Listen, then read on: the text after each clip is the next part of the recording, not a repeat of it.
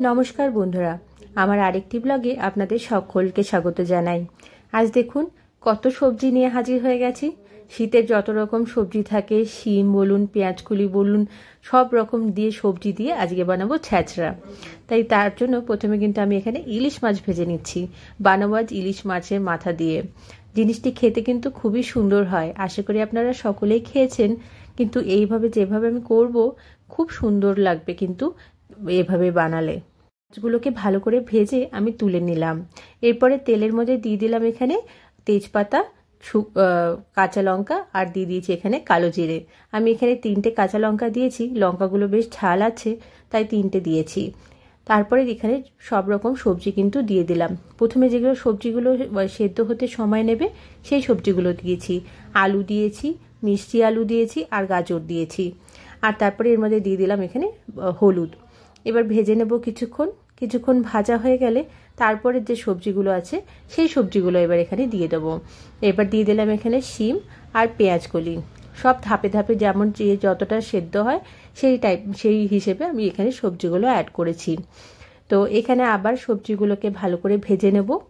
এই রেসিপিটি নামটি যতটা খারাপ শুনতে, কিন্তু খেতে কিন্তু খুবই সুন্দর হয়।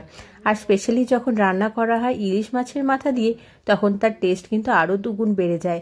অবশ্য সব মাছের মাথা দিয়ে এটা রান্না করা যায়, কিন্তু ইলিশ মাছের টেস্টটাই আলাদা।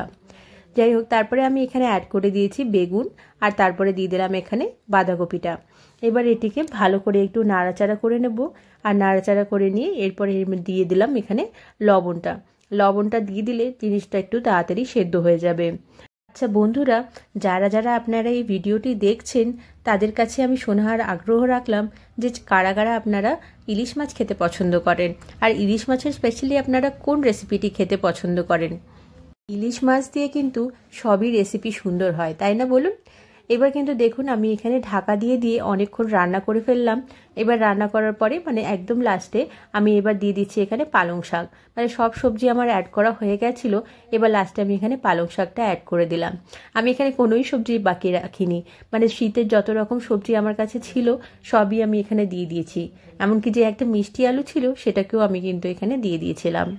এবার এখানে ঢাকা দিয়ে বারবার করে এটাকে রান্না করে নেব। আর তারপর এখানে দিয়ে দেবো একটু লাল লঙ্কার গুঁড়ো। আমি এখানে লাল লঙ্কা যেটা ঝাল লঙ্কা হয় সেই লাল লঙ্কার গুঁড়োটা এখানে দিয়েছি। এটা ঝাল লাস্টে আমি এখানে একটা চিনিও অ্যাড করব। তার জন্য জিনিসটা কিন্তু খুব সুন্দর ব্যালেন্স হবে। সব কিছুর ঝাল, তারপরে ইলিশ মাছের গন্ধ, ইলিশ মাছের টেস্ট, আর তার সাথে চিনি একটু হালকা দিয়ে খুব সুন্দর টেস্ট হবে। এবার দেখুন আমি ইলিশ মাছের মাথাটা দিয়ে তারপরে কিন্তু জিনিসটাকে কভার করে রেখে দিয়েছিলাম 1 মিনিট মতন।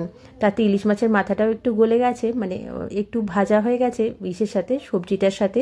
আর এবার দেখুন ভালো করে মাথাটা এইভাবে ভেঙে সবজিটার সাথে আমি কিন্তু অ্যাড করে দিচ্ছি। এই রেসিপিতে তেমন কিন্তু কিছুই নেই, না কোনো হাবিজাবি মশলা আছে, না কোনো কিছু আছে, কিন্তু শুধু এইটুকুতেই যেন খুবই সুন্দর লাগে। শুধু ভাত দিয়েই আপনারা এটা কিন্তু খেয়ে ফেলতে পারেন, এত সুন্দর লাগে। পুরো ভাত শেষ হয়ে যাবে শুধু এই ছ্যাঁচড়া দিয়ে। রান্না এবার আমার একদম কমপ্লিট হয়ে এসেছে। দেখুন পুরো সবজিগুলো কিন্তু ভালো করে গলে গেছে, আর মাছের মাথাটাও কিন্তু ভেঙে টুকরো হয়ে সবার সাথে ভালো করে মিশে গেছে। এবার আবারও ভালো করে মিশিয়ে নিয়েছি আমি। আর লাস্টে কিন্তু এবার এখানে দিয়ে দেবো একটু চিনিটা কিন্তু সব টেস্ট যে আছে সব টেস্টগুলোকে কিন্তু ভালো করে ব্যালেন্স করে দেবে। একটু চিনি, বাঙালি রান্নায় একটু চিনি কিন্তু অবশ্যই দরকার, তাই না বলুন? চলুন, এবার আমার রান্নাটা একদমই কমপ্লিট হয়ে গেল। এবার ভালো করে মিশিয়ে নিই, আর তারপর গরম ভাতের সাথে এটিকে নিয়ে বসে পড়ি। তাহলে চলুন, আজকের রেসিপিটি আমি এখানেই শেষ করছি। আমার এই রেসিপিটি আপনাদের কেমন লাগলো অবশ্যই আমাকে জানাবেন, আর লাইক, কমেন্ট আর সাবস্ক্রাইব করবেন। ধন্যবাদ।